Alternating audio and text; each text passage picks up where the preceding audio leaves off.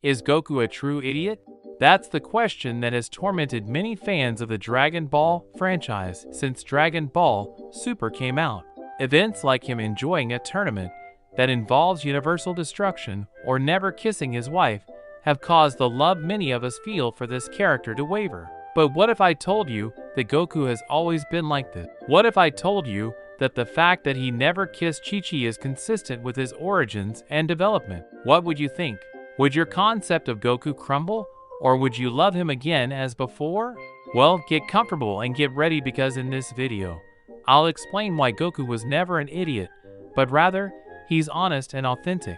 To understand why Goku is the way he is, let's start by defining the factors that determine human behavior. In the case at hand, the behavior of the Saiyans. Psychology explains that our behavior is the result of a combination of innate factors, which are the traits inherited from our parents, and acquired factors, which encompass everything we learn by interacting with our environment. When these two factors combine, especially during childhood, they determine how each of us sees the world and how we respond to various situations. So, based on these two factors, we'll divide this video into 3 parts: Saiyan heritage, Goku's childhood on Mount Paozu, and the conclusions or the result of this mixture. Let's start with the innate factor. The worst husband in anime was born on planet Vegeta, in a society completely different from ours. Saiyans are a naturally violent species whose greatest pleasure lies in the heat of battle. Very few Saiyans are interested in things like friendship, family,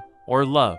In fact, most of these beings mate only to perpetuate the species, not to satisfy sexual desires or as part of a romantic relationship. For them, everything is about blood and violence. Even their economy is based on exterminating the life on planets and then selling them. Goku descends from these warriors, and in his blood runs the heritage of generations of beings who found personal and even professional fulfillment in the act of giving and receiving blows. As we know, Goku inherited, rather than learned, the violent behavior of his race because he was sent to Earth when he was very young, before he could interact with other Saiyans. For more evidence, let's rely on the description given by his grandfather, Gohan, who was the first person he had contact with and established a real bond.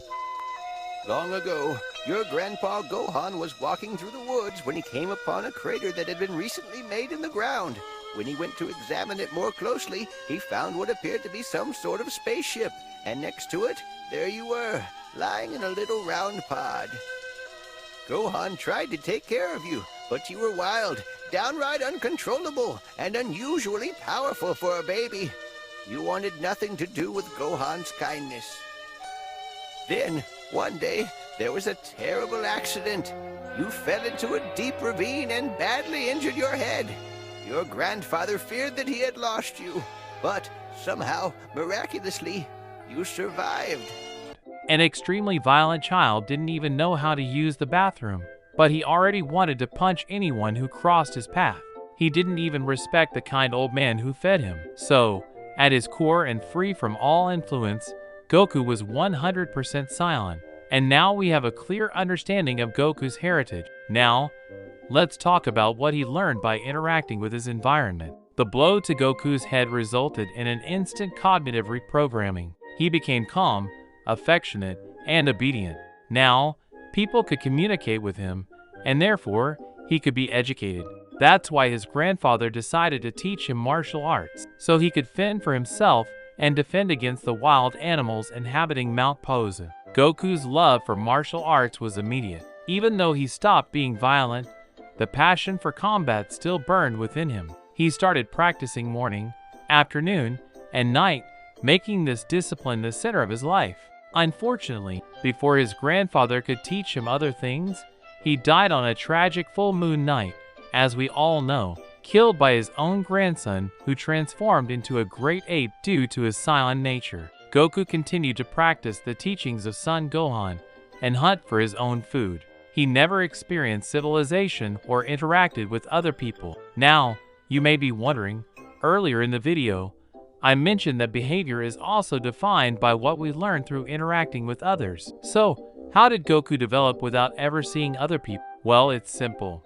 Just as the absence of a father influences a child's development, the absence of social interaction also has an impact. It generates different learning experiences and causes the child to grow and mature differently. Allow me to explain further. Humans, and in this case, Saiyans, have the ability to adapt to almost any environment. In fact, they adapt so well that they turn their new habitat into their world, to the point of forgetting everything else. This is true for characters like Tarzan, Mowgli, or the so-called feral children, who are real children that grew up with animals and, after being rescued, struggled severely to adapt to our society. These children, who grew up in nature deprived of any human interaction, have difficulties understanding concepts like ethics and morality. They struggle to differentiate between good and bad or right and wrong. On the contrary, their behavior is dominated by wild traits. They are driven by curiosity to explore their surroundings, prioritize their basic instincts,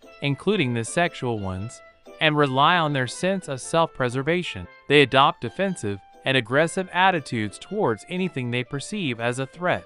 Often, they don't fully comprehend our language, resulting in significant difficulty exchanging information through dialogue. But let's get back to Goku and everything he learned in his childhood. Thanks to spending his early years with his grandfather, Goku is aware that he is a thinking being and is perfectly capable of communicating with others. Unfortunately, no one ever taught him basic rules of conduct, such as being respectful, not invading other people's personal space, or even using honorifics, which are common in Japan.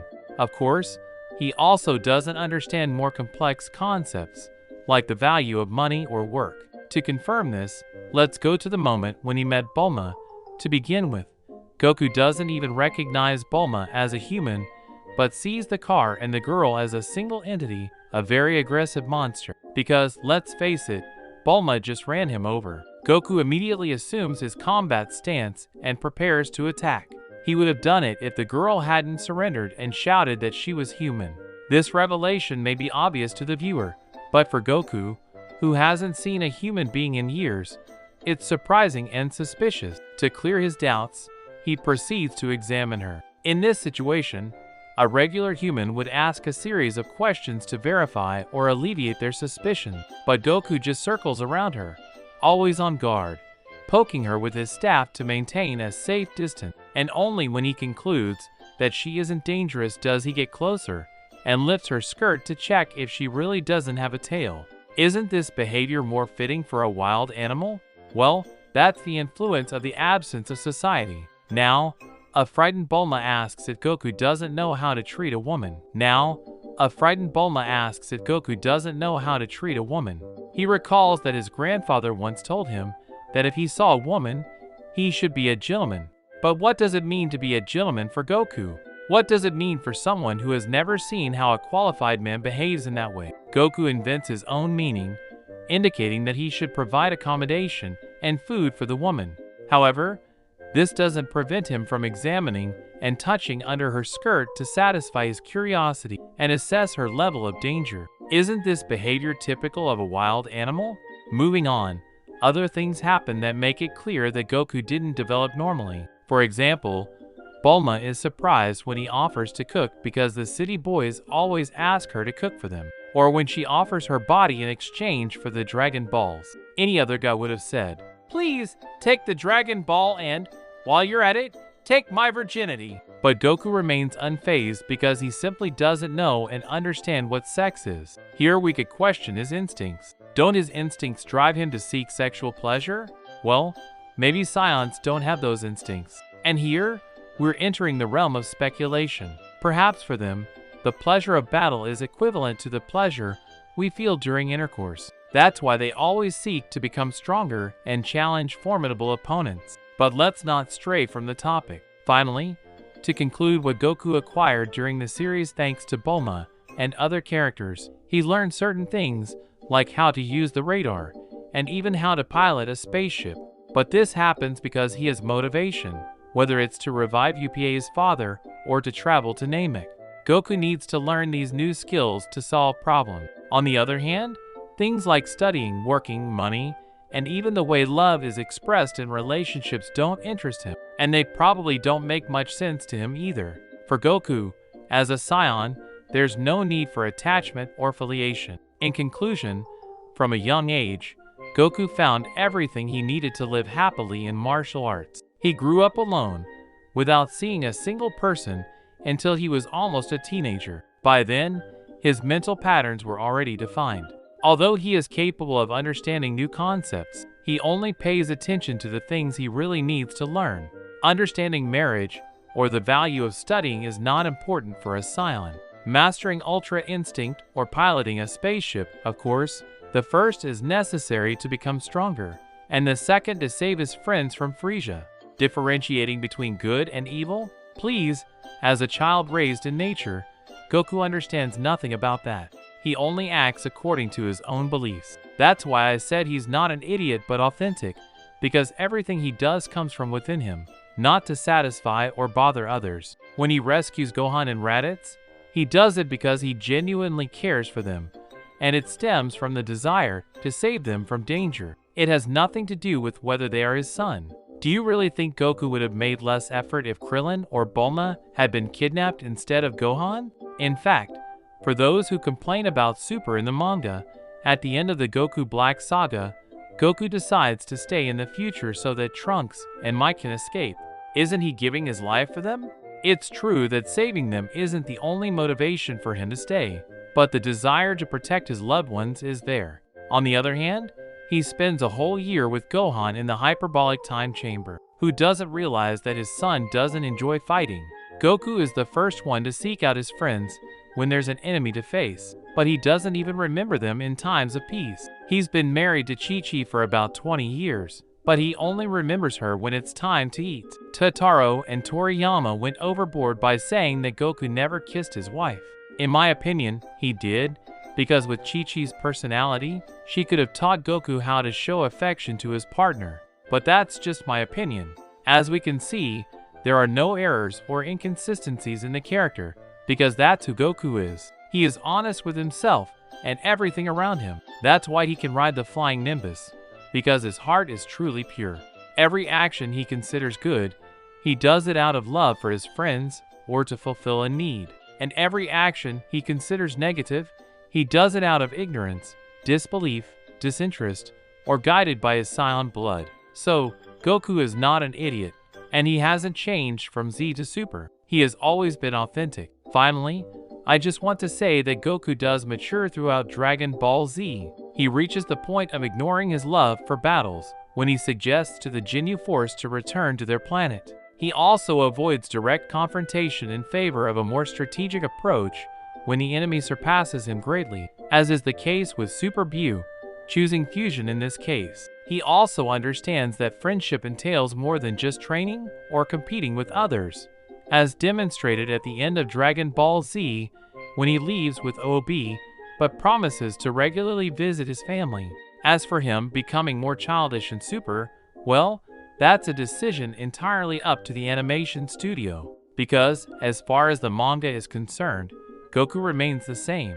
That's all for today, folks. If you enjoyed this review, please don't forget to smash that like button and subscribe for more entertaining content. And of course, feel free to drop a comment sharing your thoughts on the topic, and let us know if you think Goku improved or worsened after watching this video. Well, now it's time to say goodbye.